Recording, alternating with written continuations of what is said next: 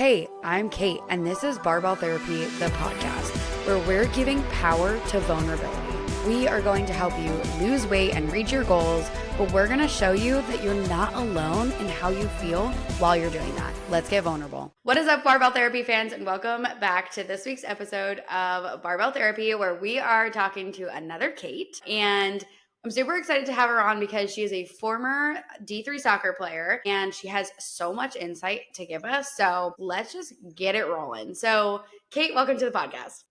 Thank you, Kate. Another Kate. We love it. We're both just Kates, so it's fun to see someone who doesn't have a full Catherine, Caitlin, or anything like that. I appreciate you having me on this podcast. You're welcome. Like you said, I'm a former D3 college soccer athlete. I played soccer at a small school in Vermont where I also studied athletic training, and that was my major, and that is what I thought I was going to do for the rest of my life until I actually started doing it, because I just feel like you don't know what life is going to be like or what that job is going to be like until you're actually fully in it. Like, being an undergrad and having a preceptor is so different than actually being an athletic trainer and being in that industry. And it's just not something I truly love and something I wasn't passionate about. And you really do have to love it, which, don't get me wrong, it's a great job. And those who do love it and are passionate about it, I preach athletic trainers, amazing. And that has definitely helped me get to where I am today. And why I wanted to be an athletic trainer is because I wanted to stay in the athlete world. But when COVID happened, this was 2 years into my athletic training career, I ended up losing my job, and I decided that it was time to take my fitness and nutrition coaching business full time.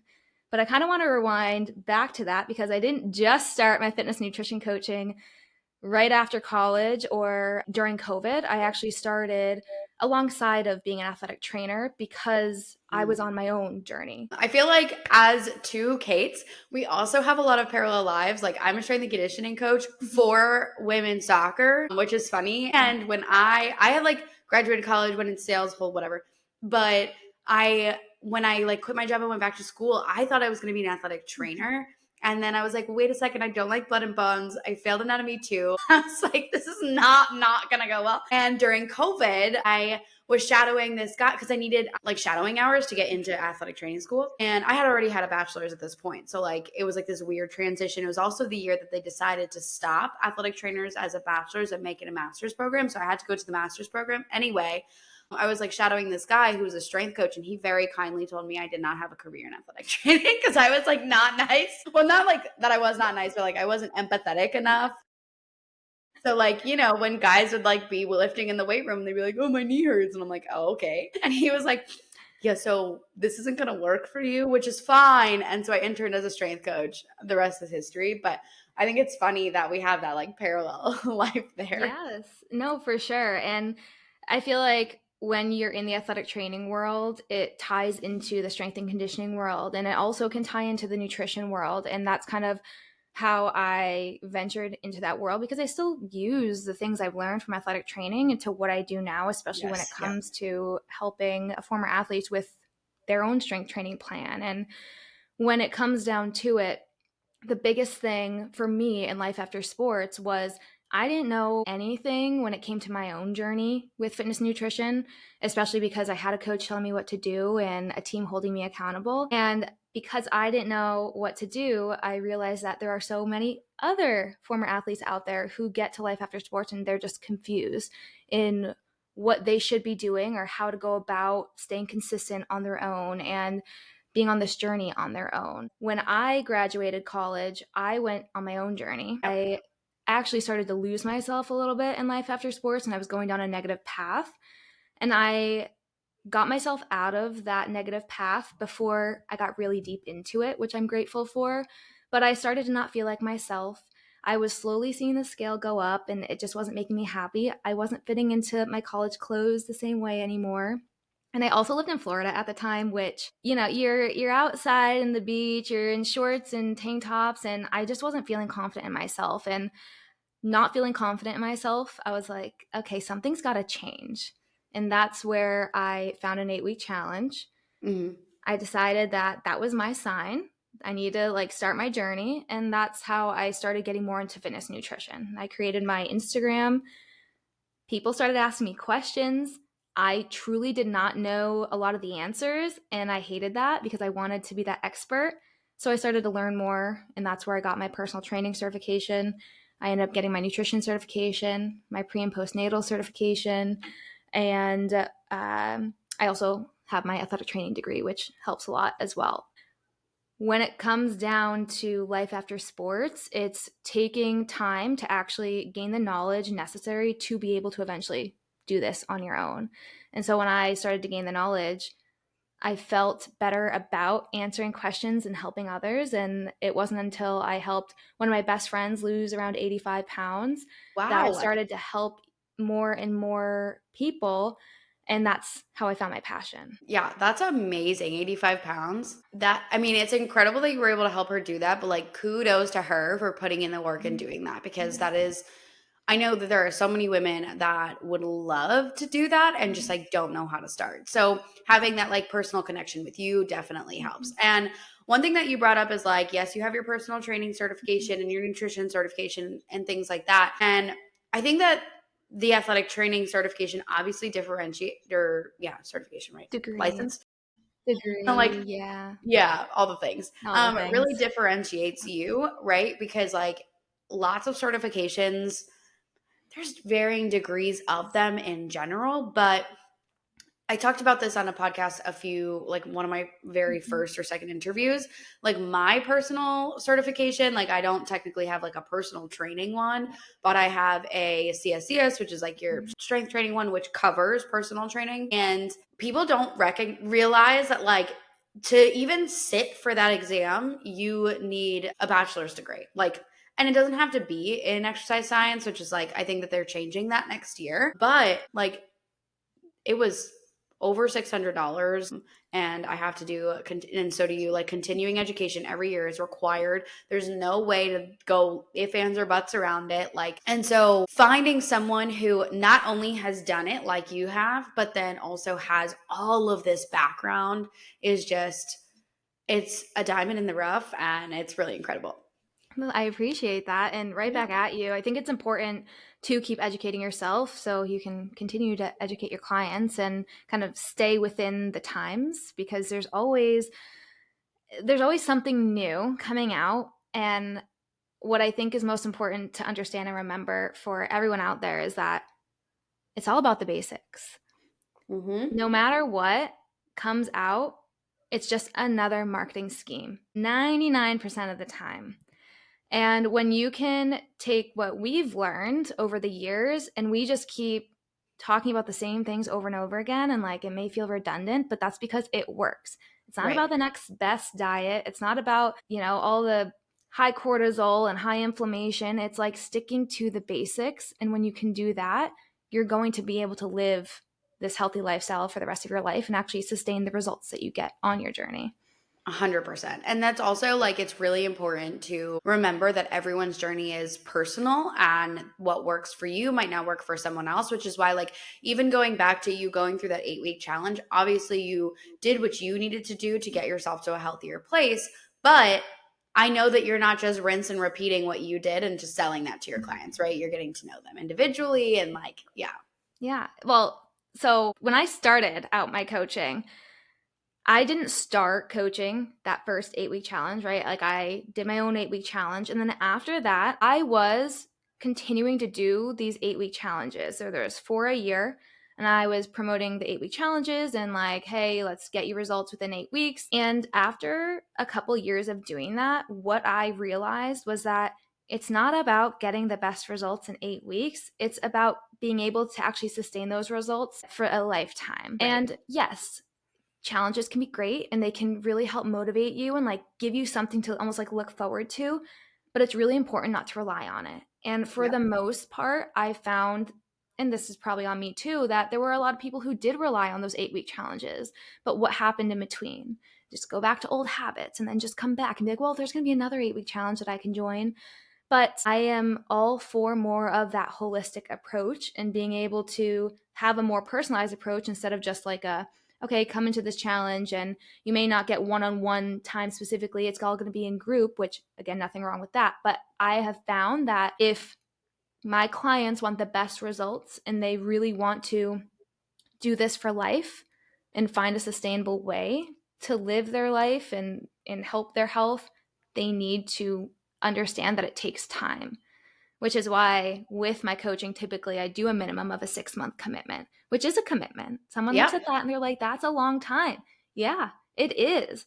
But guess what? You've had all of these habits for 20, 25, 30, 50 years. You think that you're just going to all of a sudden change those habits in 8 weeks or 3 months or even 6 months? It could happen, maybe, but like you got to take the time and know and understand how to adapt and adjust your journey and your plan to work for you throughout your life. And so when you can take 6 months or even a year, you're going through a lot. You're going through 4 different seasons of life, and you're able to have someone guide you through that and be there for you to help you like get through whatever it is that you're getting through, because Right. you don't need a coach or someone holding you accountable when things are perfect.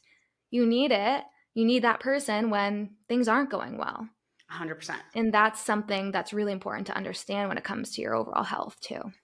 Yeah. And I feel like, I mean, I've talked about it 1,000 times, but like I am the anti 30-day challenge coach. Like I'm anti extremes, like anti all of it, because I think that there's nothing necessarily wrong with them, right? Like challenges and all these things get people healthy. And just like you, like you're a success story from it, right? Like there are people that it touches. And after 1, 2 sessions of these challenges, right, you stick with it for life and you learn what works for you for life. But for the majority of the population who doesn't actually want to learn the foundation behind it, all they're doing is rinse and repeating. That's why you got people on the Weight Watchers and the keto and like going over and over and over and constantly doing it. And I see it on Facebook all the time. You know, people are like, what are the ways that you guys have lost weight? And you have all these women chiming in. The only thing that's worked for me is Weight Watchers. I lost 30 pounds. Like, I need to get back on it. If you need to get back on it, then it didn't work for the long haul. Like, Amen. and that is like, that is the key thing. And it has nothing to do with the fact that it didn't work, right? Weight Watchers works. These 8-week challenges work. Like these things work. But if you don't understand the foundation of them, you're not going to be successful, Yeah, right? exactly. And it's not that person's fault. And that's what I constantly remind myself, like when someone's commenting like this skinny tea will help you. It's like it's not their fault. They're just believing in the marketing. Yep. And that's the hard part with the fitness and nutrition industry these days, is because marketing is slimy. It Yep. is. Like it gets you. It used to get me all the time, until I realized what I really needed was to focus on just the foundations and the basics. And when you can do that over and over and over again, you're going to be okay and you're going to be able to live that healthy lifestyle. I always tell my clients it's about doing the same monotonous tasks over and over again. It is boring. It's not really fun most of the time, but it works. That's Yep. what it's about. Absolutely. And it's just like, it's so important to keep having fitness and nutrition professionals like you and me and so many other people that I know that keep regurgitating the basics and aren't jumping to the extremes, right? Because I was actually talking to my own nutrition coach about this last night, where I sent her this screenshot. That's so funny. I sent her a screenshot of somebody I know, and I was like, comparison is the thief of joy, because I was like so envious of, her physique. And I didn't even notice this. Like I literally didn't notice this. She texted me back. She goes, that disclaimer is wild. I thought she was saying what I said, like that comparison, whatever. In the bottom corner of this screenshot, this girl put a disclaimer that she had belly fat removed. And there's nothing wrong with that. First of all, kudos to her for saying that. But like, that is just, I was so blinded by like the physique and like what I wanted out of that, right? I forgot about, I didn't even see the fine print. And I feel like that is exactly what you're speaking to about marketing, where it's like we see these big picture things, but we're not looking at all those little details. No, and seriously though, those little details, it's like, yeah, it's a little fine print. Like Yeah. that's what gets you. Bringing it back to the basics, I kind of want to go over what I feel are the basics Yes. when it Yes. comes to your journey. And I would say the basics that I have when it comes to, I guess, like overall, like fat loss in general would be your calories, your protein, water, a positive mindset, and lifting, working out. And Mhm. when you can stick to those 5 things, and stay consistent with it over time, you're going to get the results that you want. But if you keep going back and forth between all these diets, then it's going to be really hard for you to get there in a more efficient way and actually be able to have a healthy mindset alongside of it as well. And I love that you brought up a little bit more about nutrition, because I want to ask you. You said that you have a healthy relationship with food. Have you always had a healthy relationship with food? How did you get to this place? No, I appreciate you asking that. I did not always have a healthy relationship with food. Fun As fact. we all mostly As we, go through, right, yes, right. yeah, a lot of us, and that's the thing, a lot of us fitness coaches, like, we've been in it. Like, that's why we do what we do, because we have found passion with our own journey, and we want to share what we've learned with others, because we don't want them to be in the same spot that we've been for all the years. So Right. I always say I've been on my journey for like my whole life, I guess you could say. But when I graduated soccer, I was probably on my own journey for about a year before I started coaching. And still, when I'm coaching, and to this day, I'm still on my own journey. You know, I'm just in a different phase of my journey than someone else who's just starting out. But my goal is to be able to help former athletes not have as long of like that unhealthy part of the journey, so they can actually do it in a healthy way quicker, instead of waiting 5, 10, 15, 20 years to actually learn how to do it like the quote right way. I say, I think there's different ways to do it the right way, but that's the way I look at it. Yeah. But when it comes down to my journey, I started off, especially in life after sports, if I didn't burn enough calories on my watch, I would go back for a second workout later on because I just felt guilty. If I didn't run before my workout, I would feel like a piece of poop, because I feel like that is what I had to do in order to get the results I want and like still maintain my like physique in life after sports. I had a hard time with whenever I ate out, like at dinner with other people, I'd have that like, voice in the back of my head where I really want to order a salad, but I'd go to order a salad and then someone would be like, "Oh, why are you getting a salad? You're getting a salad." Like, so I'd be like, "Okay, I'll get a burger too." Like, I was very much like a whatever you get, I'll get, or I could never make my own choices. And not to say that you have to get a salad every time, but that was my mindset back then, that like in order to be healthy, I had to eat salad and I couldn't have certain foods, or I deemed foods bad, good or bad. And that mindset really hurt me because I was never like confident in the food that I was putting into my body. I would look at myself after I would eat food thinking I gained like 5 or 10 pounds right after that meal, because I didn't have the baseline knowledge that that's really not what's happening. You don't just gain 5 pounds of fat after a meal or after even a week or even typically like within a couple weeks. Like, that just doesn't happen that way. And so, yes, I had an unhealthy relationship with food, but how I healed it is by learning more about food and learning about what I put into my body. And I did track my food. And I think tracking food is important for a certain amount of time. Well, for as long as someone needs to feel more confident in food and what they're putting into their body, but also understanding that tracking your food is temporary and it's just a tool. And so I tracked my food for a few years, yes. Right. Does it need to be that long? Maybe not. It really depends on the person, but that's what Mhm. I needed for me. But I also didn't have someone like me coaching me when I needed it. So that's why Yeah, it took me longer, if that makes sense. for sure. But I was able to view food in such a different way because I realized that, I could go eat a burger and fries, and I could have a donut, and I could eat foods that I used to deem bad. I could eat them in moderation and still get to my goals. And that really made my mindset completely switch. And also, what made my mindset switch when it came to food is you're not going to be in a deficit forever when you're on your fat loss journey specifically.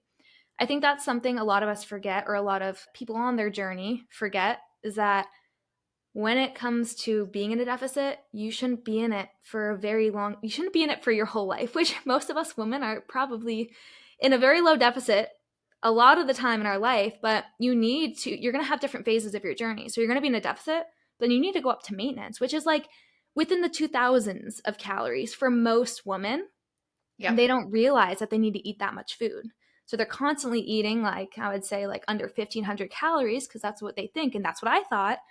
But then I realized that my maintenance, I can actually eat more food and still maintain the results that I had. And once I was able to do that, that also switched my mindset to have a more positive relationship with food, because I didn't feel like I always had to eat less. Yeah, absolutely. And I feel like that is like a key thing is that everyone, especially from the media and everything, thinks that like a calorie deficit means I have to eat as little as possible to lose weight. And there's actually a threshold. Like there's a literal threshold of calories that you are, if you're eating below, you're putting yourself in a dangerous situation, especially if you're doing it for the long haul. Yeah. So I definitely agree on that front. I mean, your BMR, your minimum amount of calories that you need to literally survive for women is anywhere between like 900 to 1,500 calories. So if you're eating 1,200 calories, like for your entire life, your metabolism is going to be a little messed up. And I think what the hard part is for most women is increasing their calories up and getting like turning their mindset around to be like, hey, food isn't the enemy. Like food is actually fuel and it's your best friend and you need to eat it. But also understanding that it just takes time to rev that metabolism back up. So it's not that the plan's not working. It's not that you're plateauing. It's that you just need to give it time and you need to give it consistency, which is really hard to do when you're used to doing the fad diets where, you know, you drop your calories and you lose weight quick. But a lot of times it's water weight and you're not sticking to it long enough to actually lose that body fat and actually keep it off. Right.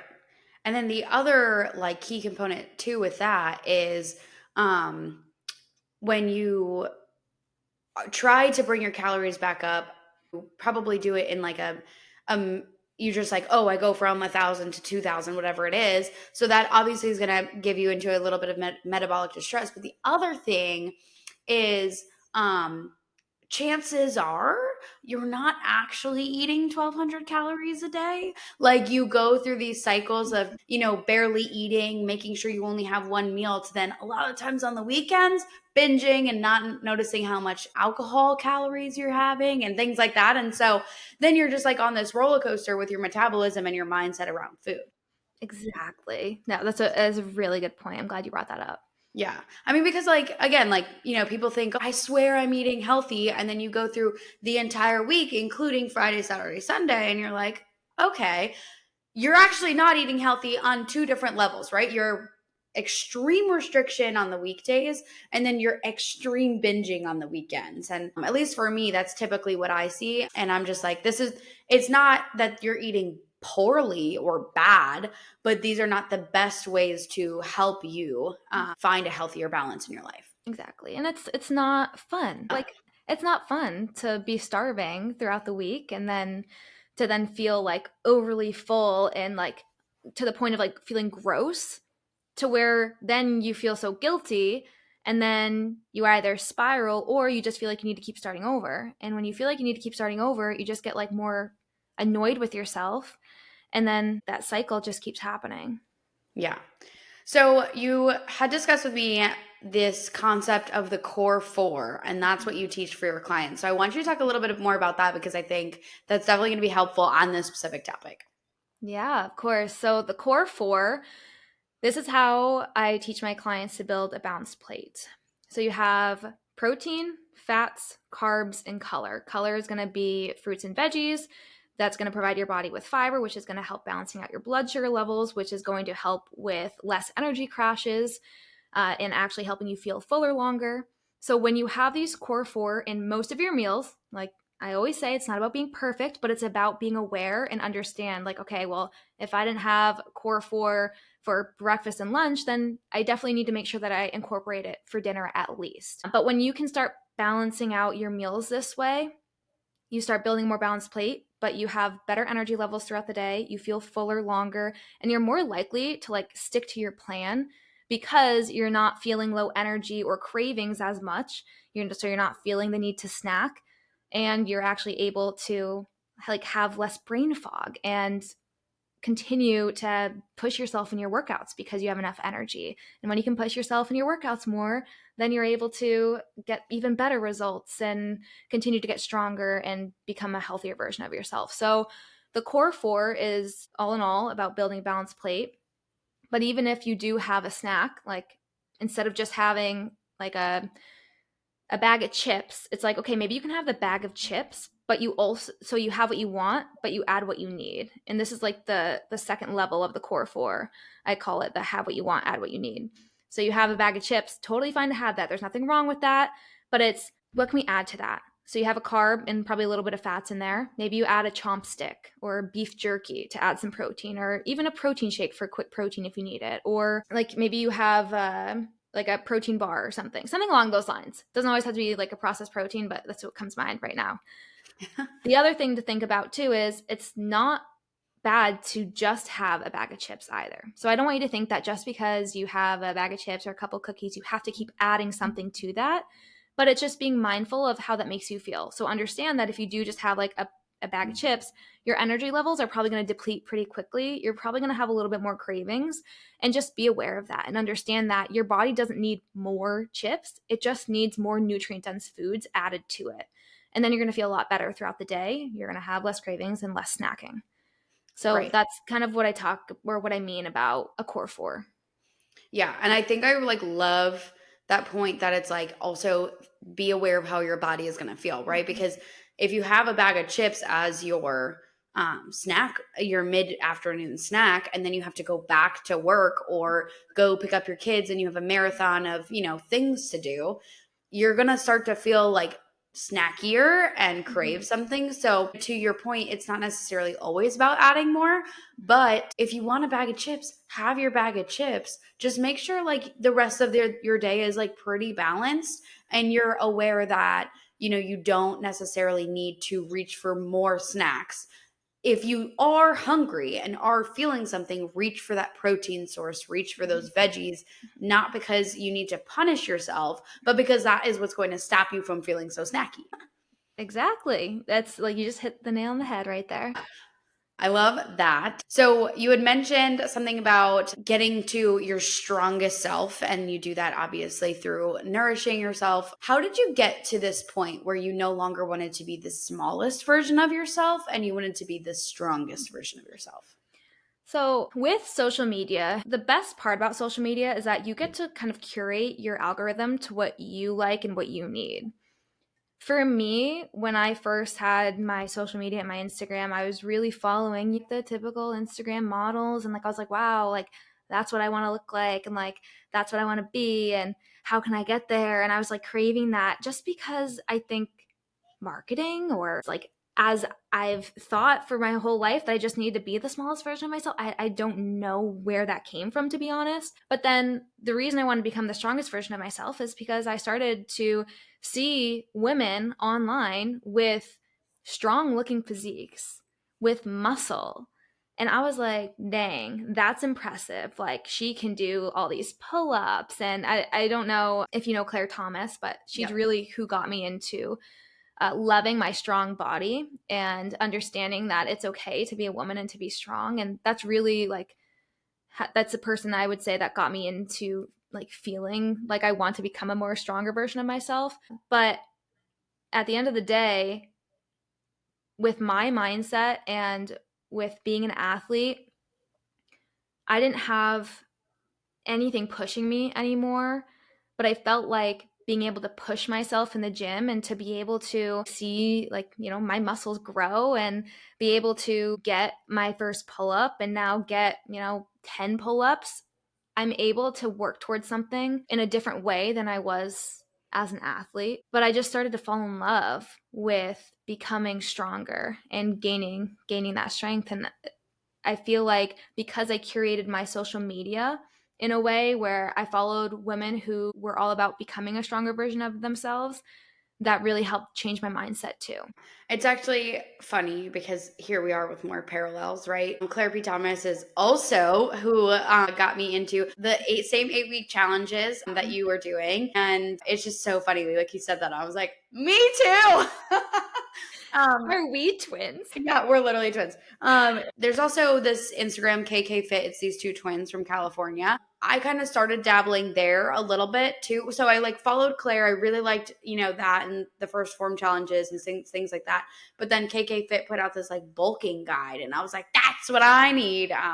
So I was doing that. And like, it's so funny because as someone who literally wanted to put on muscle and understood the science behind it, I still really struggled with eating that many calories. Like I was like, oh my gosh. And there was a time in my life where things were not so great mentally for me that I was like getting some of those calories from the booze. And I was tracking my booze, but it is what it is. Yeah. So again, it's just so funny that like that same parallel once again.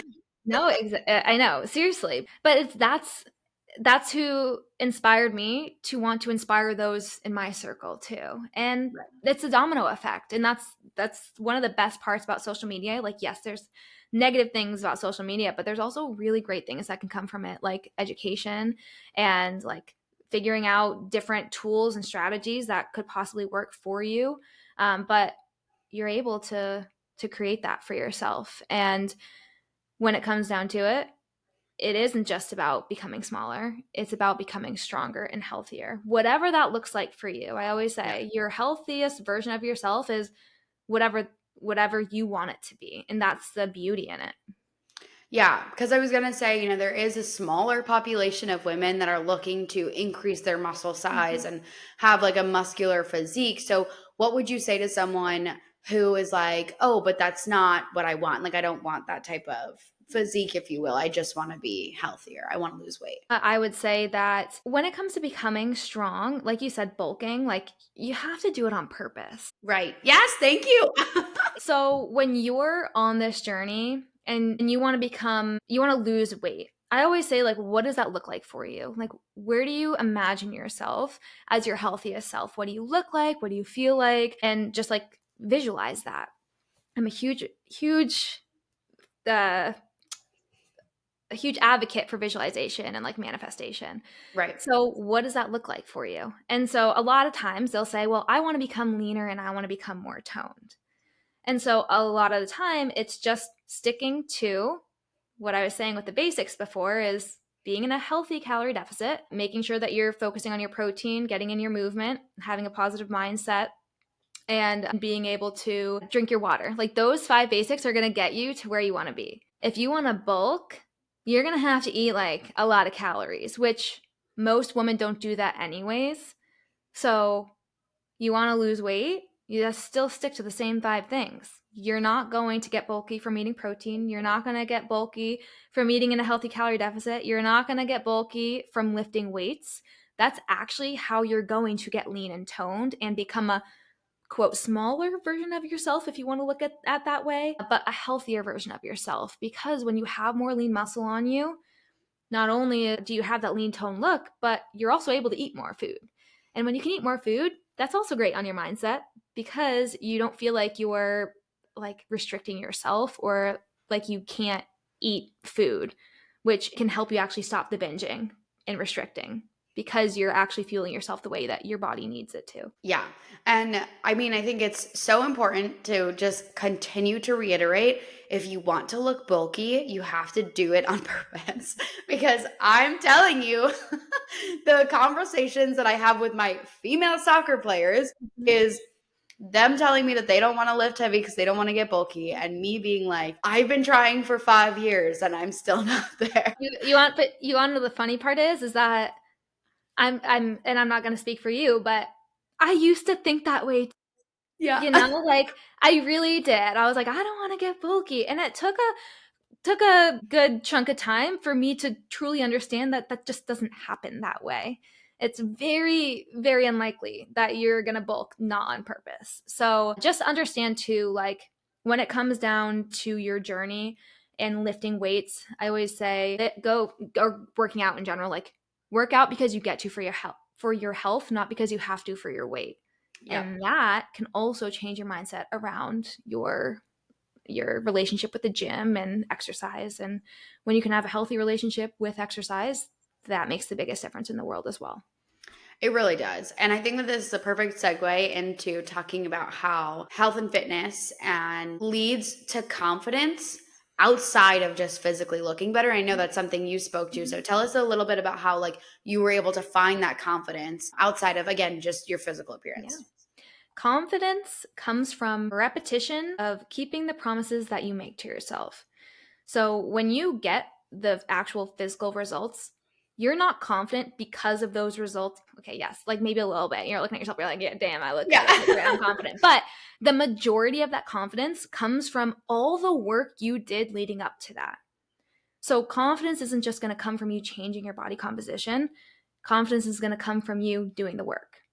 And so when you can actually stick to your plan, this is why you need to have the right plan, because when you're constantly going in and out of a plan, you're not building confidence. You're just seeing like, oh, well, I'm sticking to it and then I'm not. And then you're like, oh, I just can't stick with it. I just keep starting over. That's like diminishing your confidence. But when you actually have the right plan for you, you're able to actually increase that confidence over time because you can actually stick to what you're doing over time. Right. And that is where the confidence is built. Yeah, and I feel like that sense of accomplishment. Like, a lot of the times we read these books about like being more productive or, just whatever it is. And something that somebody, like a lot of the, I feel like first things is make your bed in the morning. Making your bed in the morning makes you feel more productive, makes you feel like you accomplished something. So like think about, your ability to change your mindset around food, eat more nutritious food, go to the gym, exercise, like move your body, how much accomplishment you're going to get from doing that day in, day out, whatever that looks like. Cause obviously you don't need to work out every day, but like being able to push yourself through that and the confidence that you'll be able to get from that. Right. Yeah, and that kind of brings me into the different phases of your life and learning how to adjust your plan to work for you. Because I think what the hardest part for us as former athletes is the fact that we were so active. And at times we were doing 2-a-days, especially during preseason. And when you have that mentality as an athlete and you bring that into your fitness journey post athletics, like that is what's going to create an unhealthy relationship with exercise. And that is going to decrease your confidence over time because then you think that you have to do so much, which causes that decision paralysis in a way. So then you're just not doing anything at all. And then you realize like months have gone by and then you just feel like crap and you're just like super like low confidence wise. Yep. But when you actually understand that there may be some weeks where you get in one workout, it's not the end of the world. But as long as you know that you're able to adjust it to work for you that week, and that's what you give, and that's your 100% for the week because that's all you could give, then great. There's nothing wrong with that. But don't let that stop you and just quit altogether. Because guess what? The next week, maybe you can get 2. And the next week after that, build on to 3. And then maybe you just stick to 3 each week. But it's understanding that your journey is your journey and you get to choose how you go about it and the different ways that you can adjust it to work for you. And I always say too, like you have to think about, it's not about doing the most within 10 days. It's thinking about, okay, how can I be able to sustain this over an entire year? So a lot of times when people start their journeys, they're like, I'm all in. I'm 0 to 100. I'm going to work out 7 days a week. I'm going to make sure I cut out bread and pasta and all the desserts, and I'm not going to go out to eat. How long does that last? Maybe 2 weeks. And then you're like, okay, this sucks. And then you start to go backwards. But when you can understand that, it's just about starting small. Like give yourself, like start 10%. Don't just go from 0 to 100%. Go 0 to 10%. What does that look like? And when you can start building your habits and your consistency that way, then over time, your confidence starts to increase because you realize that it's not about just doing it all as quickly as possible. It's about doing small little habits that add up over time. Absolutely. And it's like so funny that you said it lasts maybe 2 weeks because there was a point like right before my wedding that I was like, I am going all in on my calorie deficit. And I was like, I'm just going to like push to the middle. And one of those challenges that I had for myself was eating 100% meals cooked by me. The only thing I bought for myself was coffee every so often. And like, that is it. And it was the hardest 4 weeks ever It because I is. love to eat out. And I was just like having to think of all these different things. And like, I would have soccer games during this time, but we don't have a microwave at the soccer field. But we had like games in the middle of lunch or in the middle of dinner. And like, homegirl gets hangry. So I had to like come up with something to eat. Yeah. And now you're like in a completely different spot than you were back then, you know? Yeah. And it's so funny, like just thinking about all the different facets of your life and like what is hard and what is not, because there was a time that cooking at home was not a problem. Like it was easy, like no big deal. And then now I'm like, well, I just don't feel like it. And that's okay because my mindset has changed and it doesn't matter if I eat out. I know that I can just like hop back on track or whatever it is.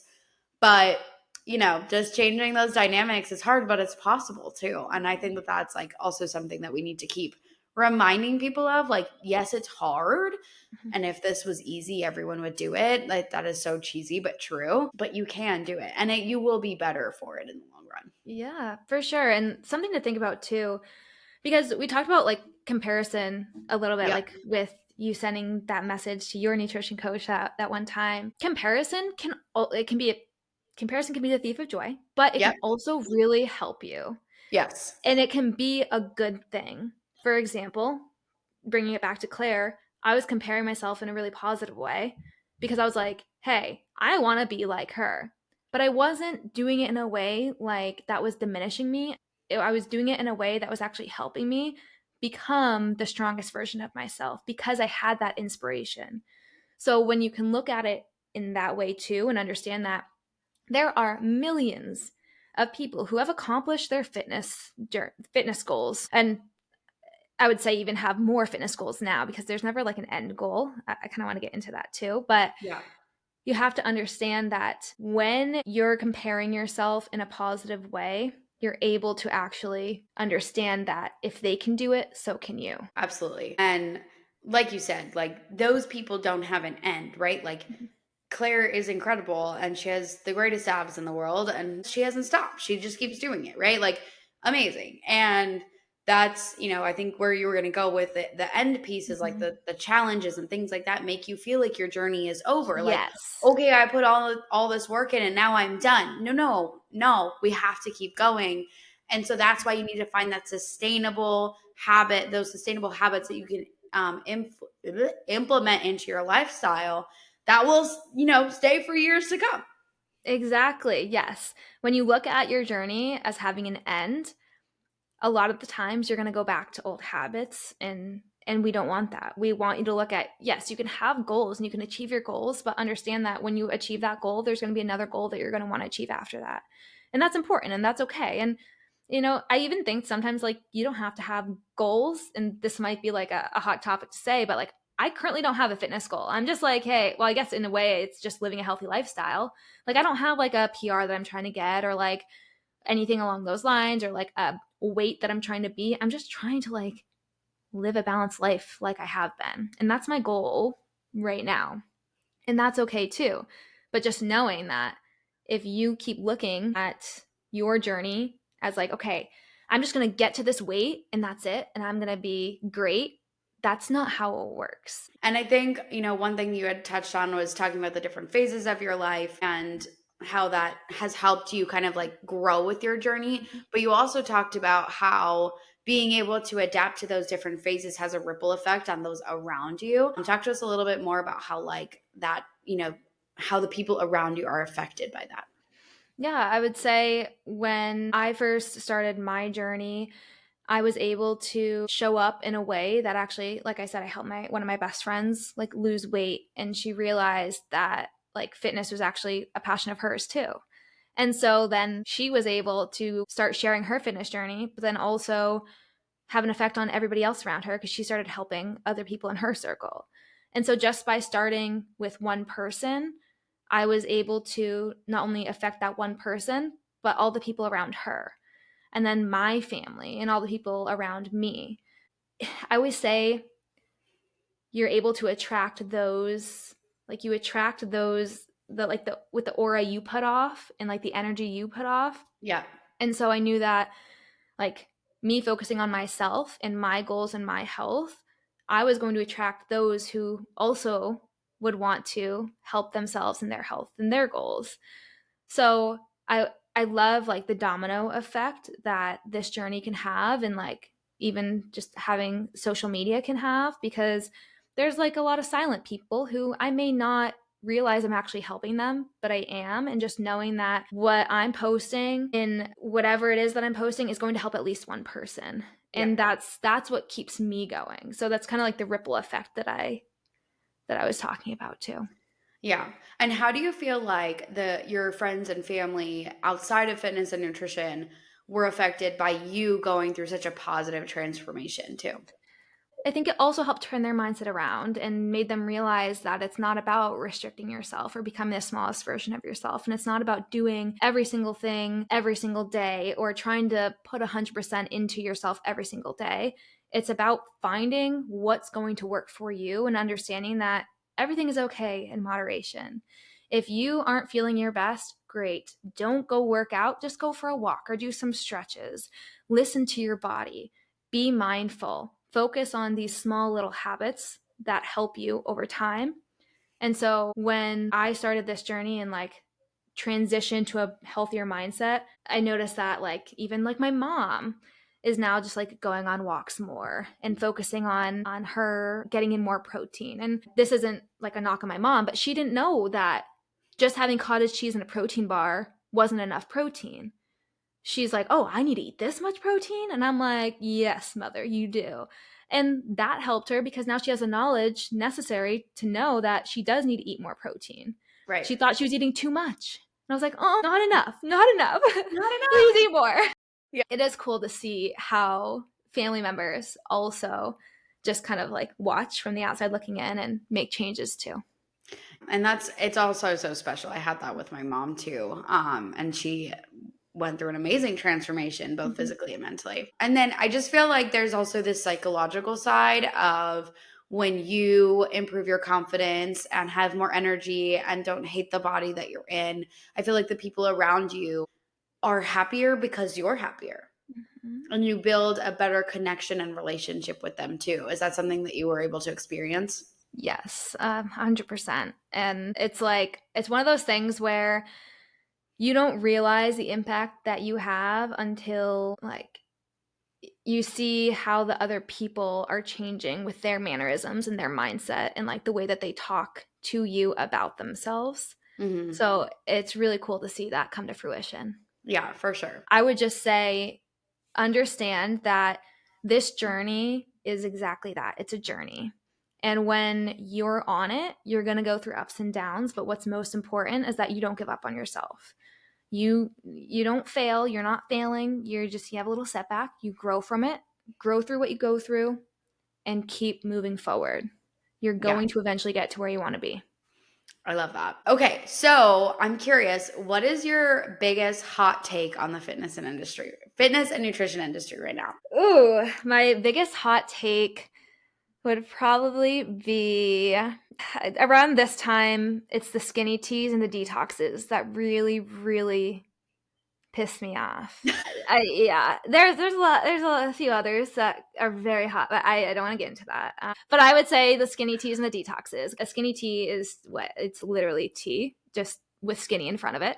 You lose weight for being in a calorie deficit. Okay, you Yep. don't lose it just from drinking a skinny tea. And detoxes, man, if you have a kidney and a liver, your body's doing its own detoxing. So if it's not detoxing, you should probably go to a doctor and not take a detox supplement. So Yeah, and like again, the scientific foundation behind what detoxing is. Yes, obviously we have our kidney and liver. And if you feel like because of, the bad food that you've been putting in your body, yeah, like you need to if you're someone that has been living off of McDonald's, like okay, maybe you probably like need some sort of a detox, but it does not need to be some fancy supplement. It just needs to be eating your core four, a yes, balanced plate. Eat some veggies and some protein, and I promise you'll be okay. yep, you're gonna feel a lot less bloated and you're gonna feel a lot more energetic. So your detox is going to be your core four. Okay. Right. Literally. And that is like, it's so wild to me because I'm just like, why do you want to just drink tea or like this nasty whatever for however many days? Or like have a juice cleanse or something. And like, this is from someone who did it. I did it. It was literally, I had whatever. I did a juice cleanse once. I was a nasty person. And like that's the other thing. Like when you don't eat, you don't become fun to be around. So like you're not having fun in your own body, and nobody else wants to be around you either. No, exactly. But hey, guess what? You grew through what you went through. That's true. You know? And that's important. It takes time. And, you know, like there could be someone listening to this that's been doing that stuff or has been in and out of diets. But ask yourself before you start anything, ask yourself, can I sustain this long term? Can I sustain this for minimum life? I'm going to say minimum a year. And I'm like, no, that's not even sustaining it. Like, you need to sustain it like for life, right? Yeah, so for like life. If you can't do what you're doing for life, don't do it. Yeah. And that's not to say that okay, first of all, you shouldn't do skinny teas, detoxes your whole life. Like that is literally unsafe and unhealthy. But like someone who's doing keto or Weight Watchers or something along those lines, like if you can sustain that your whole life and that is something that is fine with you and makes you happy, great. Like then yes, then that is something that works for you. But for majority of people, they find themselves on this roller coaster and that's when it's not sustainable, right? Yes, exactly. Last question is a fun question. Yeah, I love fun questions. So I am, or I have been in my life, a competitive power lifter. So squat, bench, deadlift, the whole nine. So would you fuck, marry, or kill squat, bench, deadlift? Fuck, marry, kill, squat, bench, deadlift. I would probably kill deadlift. I would marry bench, and I would fuck squats. Yeah, see, killing deadlift, this is where we're no longer. I literally hate deadlifts. Really?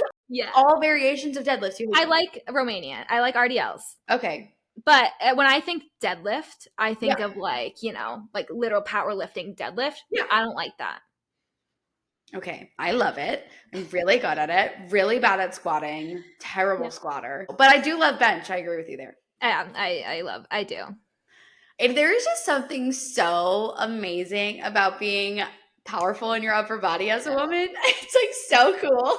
It's so I have always had like a more, I would say, more toned upper body than I have. Like it's very hard for me to grow my legs, but to be honest, I haven't really intentionally tried to necessarily, because like it can happen. You can do it. Don't get me wrong. I'm not saying that I can't do it. I just haven't put in the effort to do so. I'm just really happy with where I'm at. But it's really, really hard for me to squat like heavier than I am already. And I'm just like, yeah, I'm good here. I'm good. Yeah. I don't know why. It's the pain. It's so strange, but really, I think it's like honestly my mindset that blocks me from being able to squat more because I'm like, let's do it. I'm done. It's probably one of the easiest ones to just like bail and just be done with, like because bench press you're going to drop it on your chest, so nobody wants that. And then deadlift, like it's really not like once you get like off the ground, you're almost all the way there. So just finish it out. But like with your squat, you're like, oh my God, I have to go all the way down and then all the way back. It's more like I swear to God, squat is more than just legs. Yeah. Yeah. No, it's full body. Yeah, 100% every time. So as a health and fitness coach, you are currently working with clients. Tell us a little bit about who you work with and how you work with them. Yeah, so my niche is mainly former female athletes, and I have my one-on-one Embrace a Climb Fat Loss and Mindset program where I take more personalized and holistic approach to their fitness journey. So that way they're able to gain the knowledge necessary to be able to eventually do this on their own. I say fly out of the nest and like be on your own, but also understand the right strategies and tools that are going to work for them throughout the different phases of their life. So that is how I work with my clients, and I do most of my business through social media, through Instagram, and my Instagram handle is Kate, Kate _Beaulieu, BeauLieu_. And I will link that in the show notes. Cool. I'm like, I should really choose a different username. No. It's great because it's you. So love that. Okay. So I'll go ahead and link your Instagram in the show notes for anyone who wants to follow you, reach out to you, and all the things. But really appreciate you being on the podcast today. I think so many women are going to get so much out of this. And I'm really happy I found my twin. So thank you. I appreciate you having me here. It was honestly an awesome conversation. But again, I appreciate you and I love what you do too. So thank you for all that you do. Thank you so much for tuning in and being vulnerable with me today. I'd love to hear from you. So make sure you come hang out with me on Instagram at KateAnnFit. Let me know what you thought of this episode or leave a review here. And don't forget, I want to cover topics that you want to hear about. Let me know what topics you want me to cover either in the comments or shoot me a message on Instagram, and I'll talk to you soon.